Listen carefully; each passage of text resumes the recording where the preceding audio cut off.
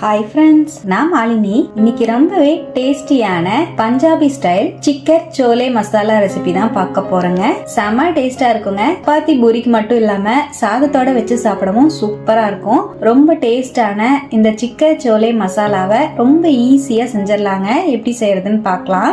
Chicken chole masala செய்யறதுக்கு நான் இன்னைக்கு ஒரு 200 கிராம் அளவுக்கு வெள்ளை சுண்டலை 8 மணி நேரம் தண்ணியில ஊற வச்சிருக்கேங்க. தண்ணியை வடிச்சிட்டு குக்கருக்கு மாத்திக்கலாம். சுண்டல் மூழ்கிற அளவுக்கு தண்ணி சேர்த்துக்கலாம். இதோடவே ஒரு பெரிய வெங்காயத்தை ஸ்லைஸ் பண்ணி ஆட் பண்ணிக்கலாங்க. ஒரு உருளைக்கிழங்க சேர்த்துக்கலாம். நல்ல பெரிய சைஸ்ல நான் எடுத்திருக்கேன். 4 கிராம்பு, ஒரு ஏலக்காய், ஒரு பட்டை, ஒரு அன்னாச்சி பூ சேர்த்துக்கலாங்க. ஒரு பிரியாணி எல்லாம் ஆட் பண்ணிக்கலாம். குக்கர் மூடி போட்டு 6ல இருந்து 7 விசில் விட்டு இறக்கிக்கலாம். சன்னா நல்லா சாஃப்டா வெந்துரும். சன்னா வெந்து வரக்குள்ள பவுடர் ரெடி பண்ணணுங்க சோலை மசாலாக்கு. அதுக்காக பேன்ல சின்னதா ஒரு துண்டு பட்டை, 4 கிராம்பு, 2 ஏலக்காய் சேர்த்துக்கிறேன். 2 டீஸ்பூன் ஜீரகம் ஆட் பண்ணிக்கலாம். 2 டீஸ்பூன் குருமிளகு சேர்த்துக்கலாங்க. நல்லா ஃப்ரை பண்ணிக்கலாம். இப்ப ஜீரகம் குருமிளகு நல்லா ஃப்ரை ஆனோடனே இது அப்படியே மிக்ஸி ஜாருக்கு மாத்திக்கலாங்க. லைட்டா சூடானதுக்கு அப்புறமா மிக்ஸி ஜாருக்கு மாத்திருங்க. இப்ப இதோடவே ஒரு டேபிள் ஸ்பூன் கொத்தமல்லி தூள், 2 டீஸ்பூன் மிளகாய் தூள் சேர்த்துக்கலாம். ஒரு கையளவு காஞ்ச வெந்தயக்கீரை சேர்த்துக்கலாம். இதை நல்லா பவுடர் பண்ணி எடுத்துட்டு வந்துடலாங்க.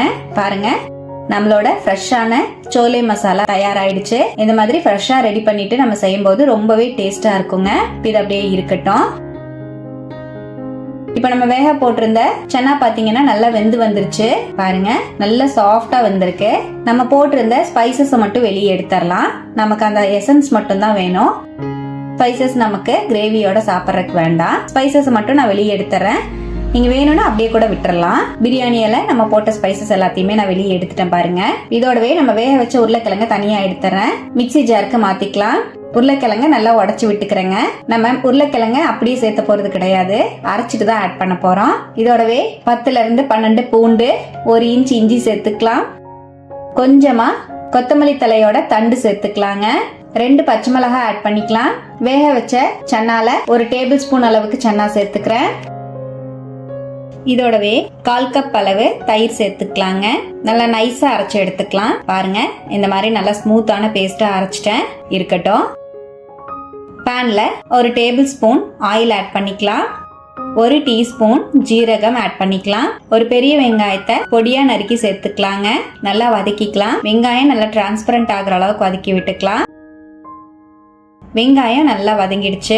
இதோடவே 1 teaspoon Kashmiri chilli powder add பண்ணிக்கலாம். இது நல்லா கலர் கொடுக்கும். காரம் கம்மியா தான் இருக்கும். இருந்தா ஆட் பண்ணிக்கோங்க, இல்லைன்னா ஸ்கிப் பண்ணிக்கோங்க.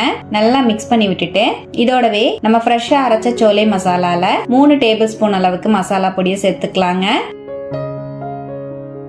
நல்லா மிக்ஸ் பண்ணிக்கலாம். பொடி சேர்த்து வதக்கும் போது ஸ்லோ ஃப்ளேம்ல வச்சுக்கோங்க, கருகிடக்கூடாது. நல்லா கலந்து விட்டுட்டு இதோட நம்ம அரைச்சு வச்சிருக்கிற பேஸ்ட் ஆட் பண்ணிக்கலாம். நல்லா மிக்ஸ் பண்ணிக்கலாங்க. நம்ம அரைச்ச பேஸ்டையும் சேர்த்து நல்லா சுருள கலந்து விட்டுருவோம். இந்த அளவுக்கு நல்லா கலந்து விட்டுட்டு மிக்ஸி ஜார் அலசி 1 கப் அளவு தண்ணி சேர்த்துக்கிறேன். நல்லா கலந்து விட்டுறலாம். கிரேவி நல்லா திக்கா இருக்கும். நம்ம இதுல உருளைக்கிழங்கு அரைச்சு சேர்த்திருக்கோம், சன்னாவையும் அரைச்சு சேர்த்திருக்கோம். அதனால நல்லா திக்கா இருக்கும். உங்களுக்கு தேவையான அளவுக்கு தண்ணி சேர்த்துக்கோங்க. இதோடவே 1 டீஸ்பூன் உப்பு சேர்த்துக்கலாம். நல்லா கலந்து விட்டுறலாம். இப்ப நல்லா கலந்து விட்டுட்டேன். இதோடவே நம்ம வேக வச்ச சன்னாவையும் சேர்த்துக்கலாங்க.